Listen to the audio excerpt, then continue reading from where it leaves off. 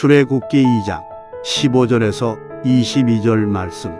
바로가 이 일을 듣고 모세를 죽이고자 하여 찾는지라. 모세가 바로의 낯을 피하여 미디안 땅에 머물며 하루는 우물 곁에 앉았더라.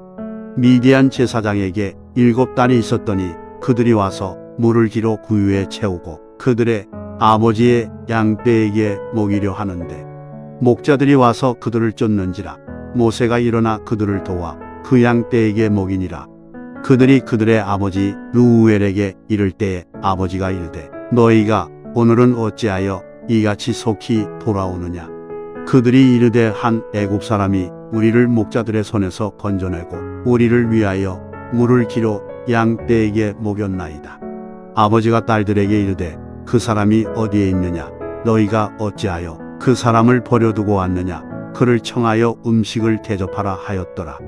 모세가 그와 동거하기를 기뻐하며 그가 그의 딸 시포라를 모세에게 주었더니 그가 아들을 낳음에 모세가 그의 이름을 게르솜이라 하여 이르되 내가 타국에서 나그네가 되었음이라 하였더라. 아멘. 오늘 본문 중심으로 모세를 통해 보여주신 만남의 은혜라고 하는 주제로 오늘 여러분과 함께 말씀을 나누도록 하겠습니다. 오늘 우리는 방금 출애굽기 2장 15절에서 22절 말씀을 함께 읽었습니다. 그러나 그 앞절의 내용을 살펴보게 되면 이 모세는 바로의 궁정에서 왕자의 신분으로 또 차기 대권자로서 40년 동안 당대 최고의 문물을 배우면서 인생의 최고의 나날을 보내고 있었지요. 그러던 어느 날 자기 민족 히브리인이 고된 노역 중에 한 애굽인으로부터 부당하게 폭행을 당하는 현장을 목격하게 됩니다. 그 순간 모세는 화를 참지 못하고 그 애굽인을 친 것이 죽음으로 몰고 간 것이지요.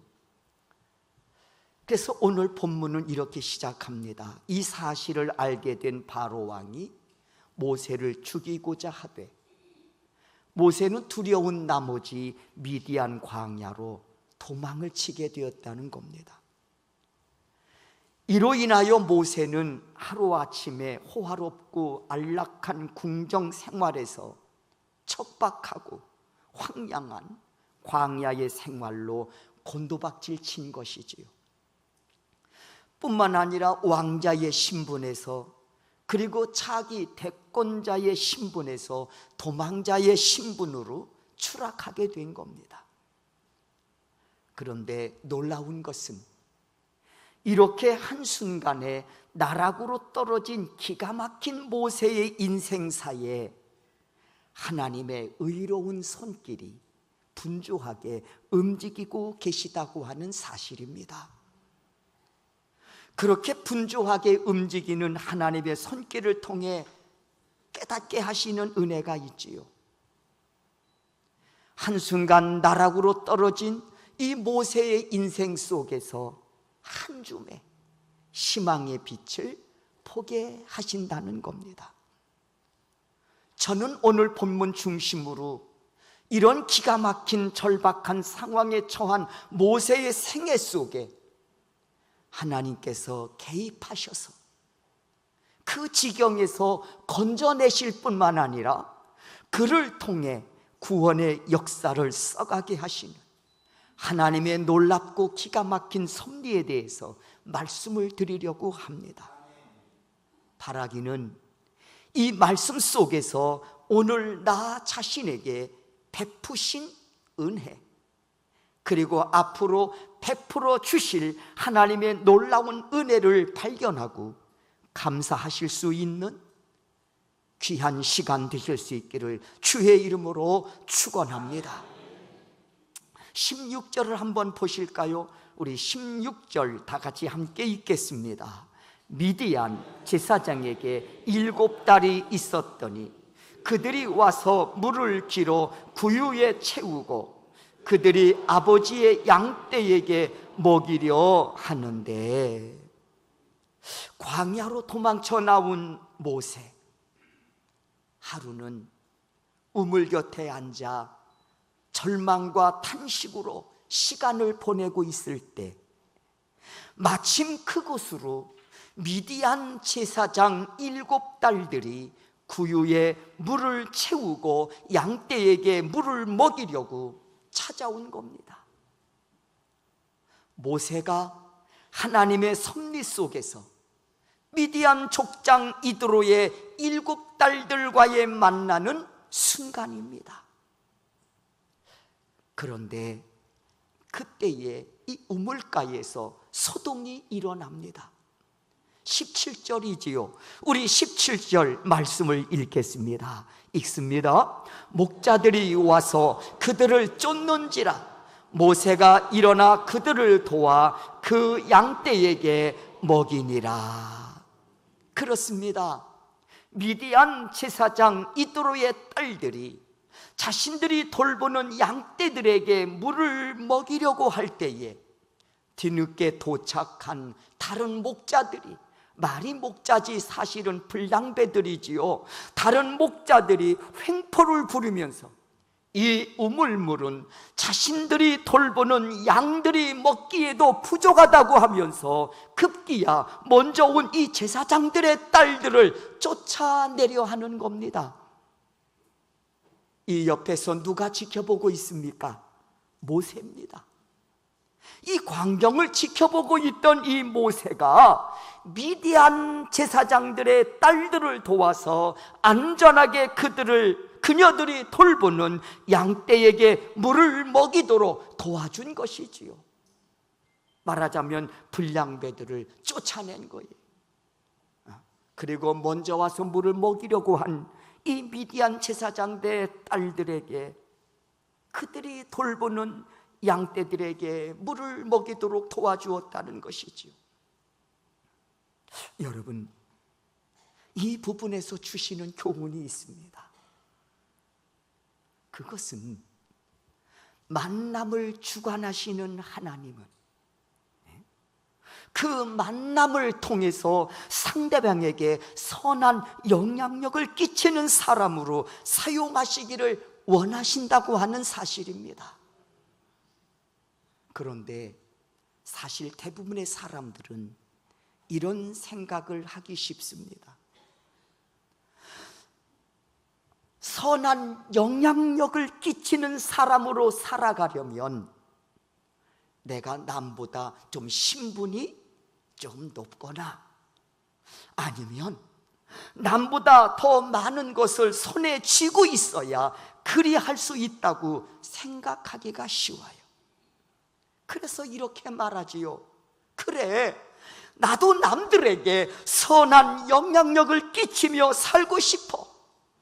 그런데 뭐가 있어야 그렇게 살지 않겠냐고 반문합니다. 나도 그렇게 살고 싶어요. 그런데 뭐가 있어야지 내 주제에, 내 처지에. 여러분, 정말 그럴까요? 하나님은 그렇지 않다고 말씀합니다. 모세를 통해서뿐만 아니라 우리가 익히 알고 있는 요셉이라고 하는 인물을 통해서도 하나님은 그렇지 않다고 단호하게 말씀하신단 말입니다. 왜냐하면 여러분 아시지요? 이 요셉 역시 오늘 본문에서 등장하고 있는 이 모세 못지않게 한순간 인생의 나락으로 떨어진, 그래서 정말 인생의 쓴맛을 경험했던 사람 아닙니까? 그럼에도 그 인생이 어떠했습니까? 여러분이 알고 계시듯이 이런 악조건 속에서도요, 그 누구보다도 선한 영향력을 드러내며 살았던 사람 아닙니까? 요셉, 그는 분명 형제들의 손에 팔려 노예의 신분으로 살아가고 있습니다. 기가 막히죠. 형들이 미워한 나머지 동생 요셉을 노예로 팔아버렸단 말입니다. 아들의 신분에서 하루 한순간에 노예의 신분으로 전락됐습니다. 그럼에도 그가 얼마나 선한 영향력을 드러내는 삶을 살았던지 그를 사들인 주인 보디발은 요셉을 가정 총무로 세우고 모든 곳간의 열쇠를 그 손에 맡깁니다.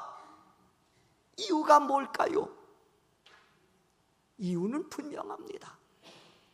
하나님이 그와 함께 하심으로 그를 형통케 하셨으므로 주인 보디발이 이 사실을 알았기 때문이라고 했습니다. 요셉, 그는 비록 노예이지만 하나님이 함께 하심으로 형통한 은혜를 누리며 사는 사람이라고 하는 이 사실을 주인 보디발이 알았기 때문이라고 했습니다. 이런 일도 있었지요. 요셉이 억울한 누명을 쓰고 감옥에 갇혔던 적 말이에요. 이제 그는 노예에다가 죄수의 신분까지 얻게 됐습니다. 그런 그에게 무슨 선한 영향력을 드러내는 삶을 기대할 수 있겠습니까? 노예에다가 억울하게 죄의 누명을 쓰고 깊은 감옥에 처해 있습니다. 그런 그에게서 무슨 선한 영향력을 드러내는 삶을 기대할 수 있겠냐 말이에요. 그런데 놀라운 사실은 간수장이 죄수이자 노예였던 요셉을 신임하여 옥문 열쇠와 제반 업무까지 맡겼다고 했습니다. 놀라운 일 아닙니까? 이유가 뭘까요? 간수장이 게을러서 일하기 싫어서 죄수에게 맡긴 건가요? 아닙니다. 간수장 역시 하나님이 요셉과 함께 하심으로 그를 형통케 하시는 이 놀라운 사실을 보았기 때문이라고 했습니다. 그런데 요셉의 선한 영향력은 여기에 그치지 않지요. 요셉은 그 누구도 풀지 못한 애굽의 왕 바로가 꾼 꿈을 해몽까지 해줍니다. 그러자 바로의 입에서 탄성이 터져나오지 않습니까? 우리가 어디에 가서 이렇게 하나님의 영에 감동된 사람을 찾을 수 있겠는가? 너와 같이 명철하고 너와 같이 지혜 있는 자가 없도다 하면서 너는 내 집을 다스리라, 이 나라를 다스리라, 내 백성이 너에게 복종할 것이다. 그때 요셉은 노예였습니다. 그 순간 요셉은 억울하게 죄의 누명을 쓰고 감옥에 갇혀있는 죄수였습니다. 그럼에도 불구하고 우리가 어디에 가서 이렇게 하나님의 영에 감동된 사람을 찾을 수 있겠는가? 너와 같이 명철하고 너와 같이 지혜 있는 자가 없도다 하면서 너는 내 집을 다스리라, 이 나라를 다스리라, 내 백성이 너에게 복종할 것이다. 이후로 요셉은 애굽의 국무총리가 되어 나라를 다스리지요. 그리고 7년 흉년이 계속될 때에 그 기근으로부터 나라와 백성을 지켜냅니다. 그리고 무엇보다도 가족을 지키고 자기 민족을 살려내지요. 그의 선한 영향력은 어디까지인가? 끝이 보이질 않아요. 서두에 조금 전에 이런 말씀 드렸습니다. 선한 영향력은 높은 지위에 있거나 남보다 많은 것을 손에 쥐고 있어야 할 수 있는 것이 아니냐 하는 생각을 한다고 말입니다. 그러나 하나님은 이런 생각에 절대로 동의하지 않으시지요. 요셉 역시 절대로 동의하지 않을 겁니다. 그리고 말할 겁니다. 나를 보라고. 나를 보라고. 여러분 기억하시기를 바랍니다. 그리스도인으로서 선한 영향력을 드러내는 삶의 최고의 자산은 하나님이 함께 하심입니다. 이 사실을 꼭 기억하시고 명심하실 수 있기를 주의 이름으로 축원합니다. 그런데 여러분, 이 은혜가 어디로부터 시작되어진다고 했습니까? 만남이에요. 만남. 그것도 하나님이 주관하시는 만남. 하나님이 주관하시는 만남.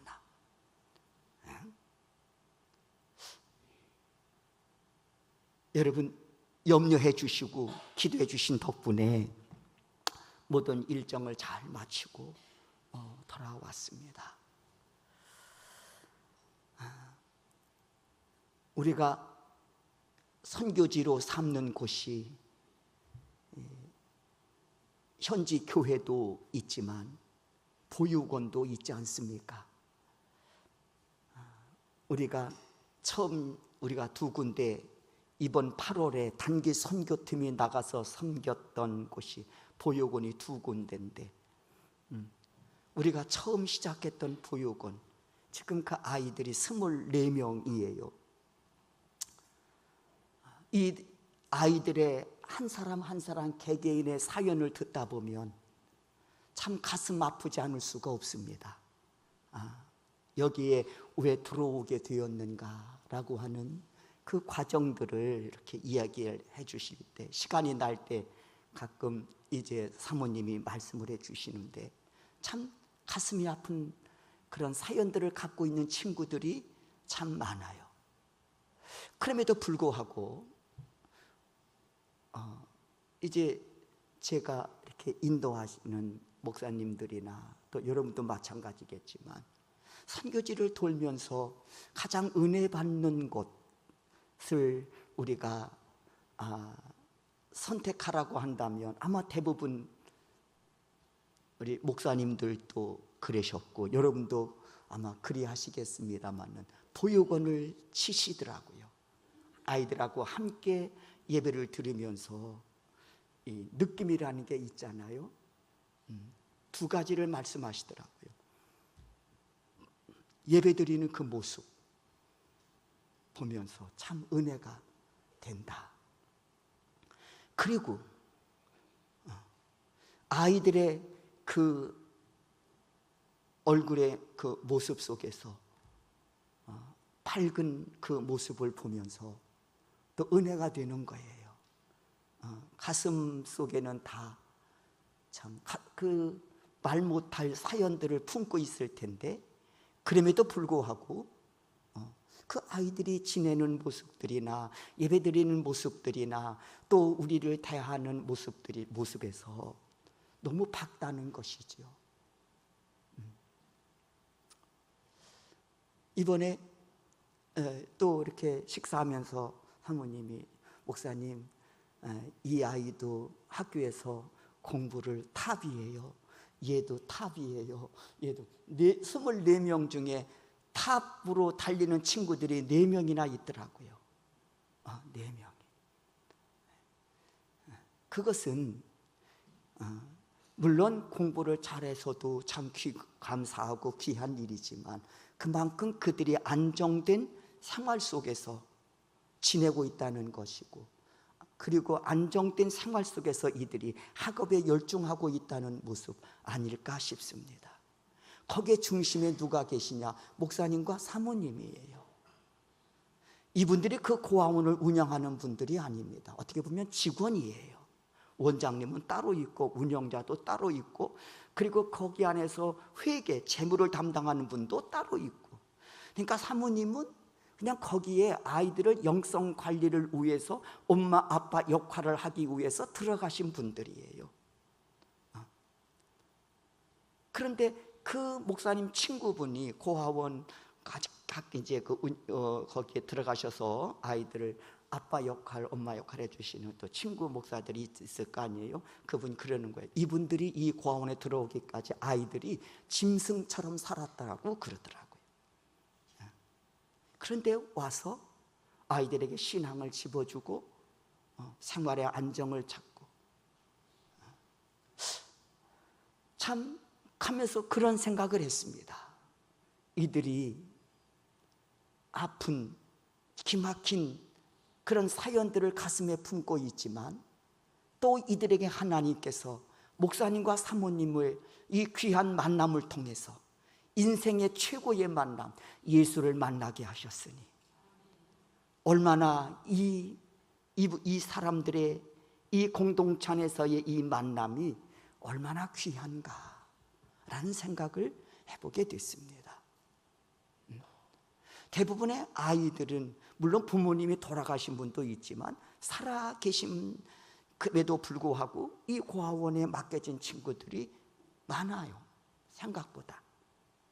부모들이 알코올 중독, 마약 중독, 그래서 시도 때도 없이 아이들을 폭행하고 돌보지도 않고, 그러니까 마을에서 이 아이들을 그냥 놔두었다가는 굶어 죽거나 맞아 죽겠구나.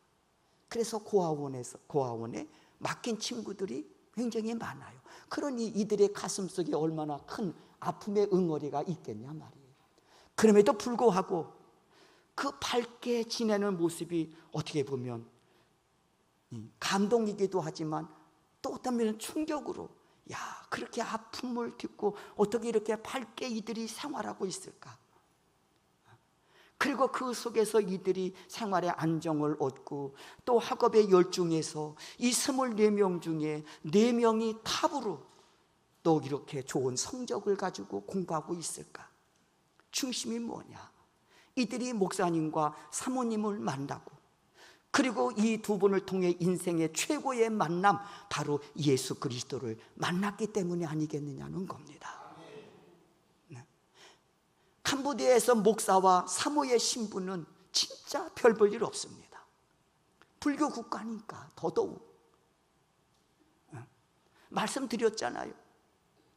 교회에 장례가 났는데 우리 마을에서 기독교인들은 장례 못 치른다 이래가지고 마을 밖 30km 쫓겨나가지고 장례를 치러야 했던 적도 있었다고 말입니다.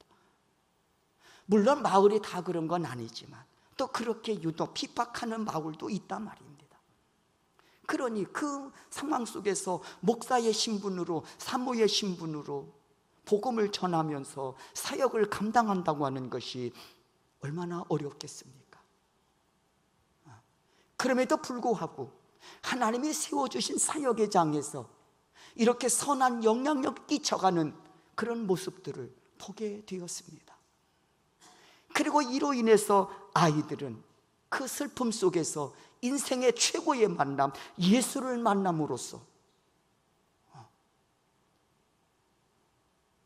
예수가 누구인지를 알게 되었고, 그리고 예수를 영접함으로써 하나님의 거룩한 백성으로 소망 중에 오늘을 살아가게 하셨다고 하는 것, 귀한 것 아니겠습니까?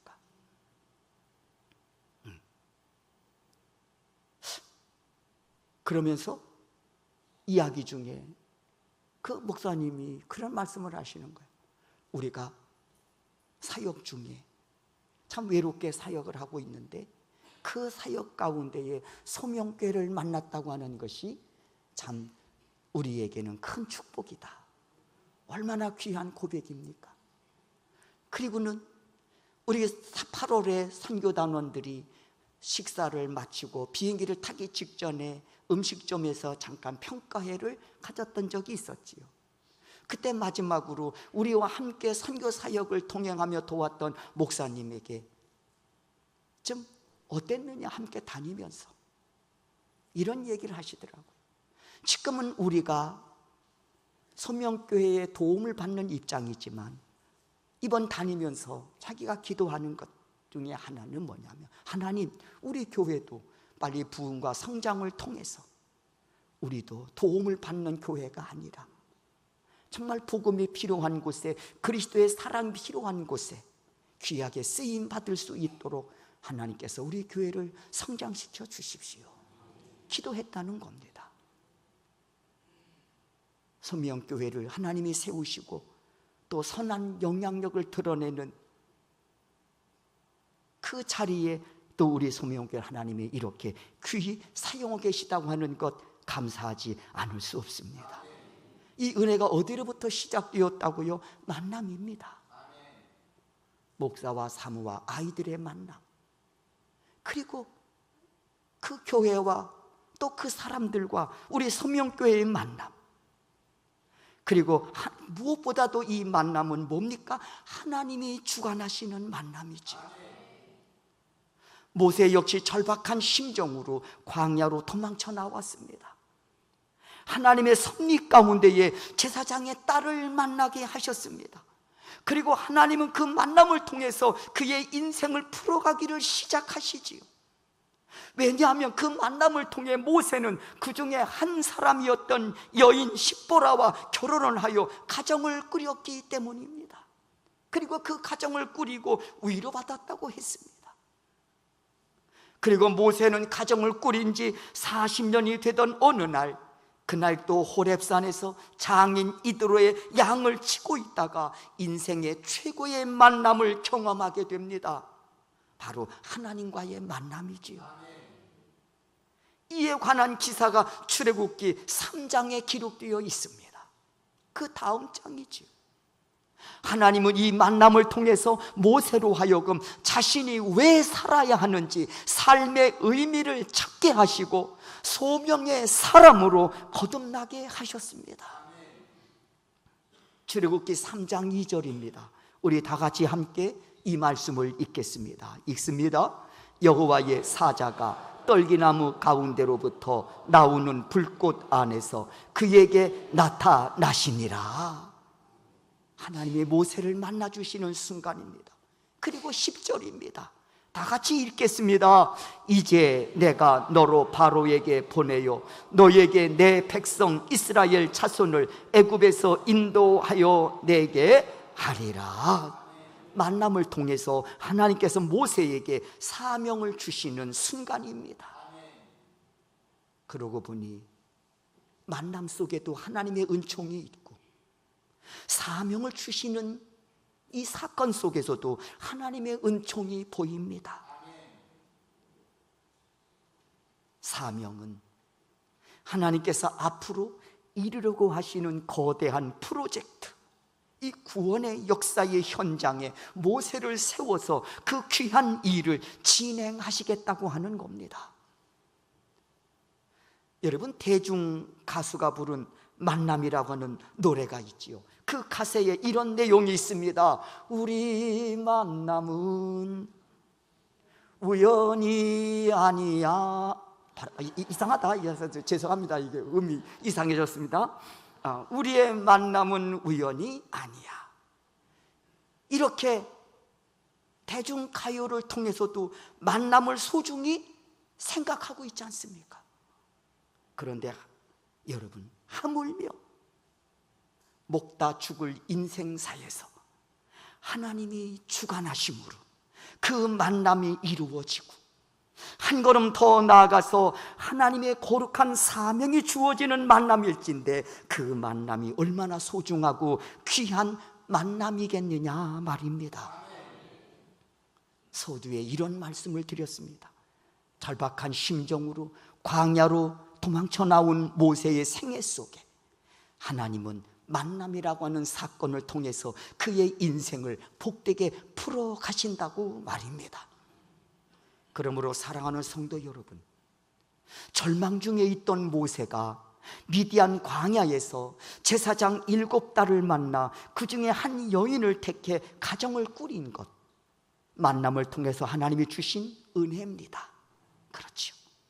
그리고 모세의 인생사에서 최고의 복된 만남 있었지요. 뭡니까?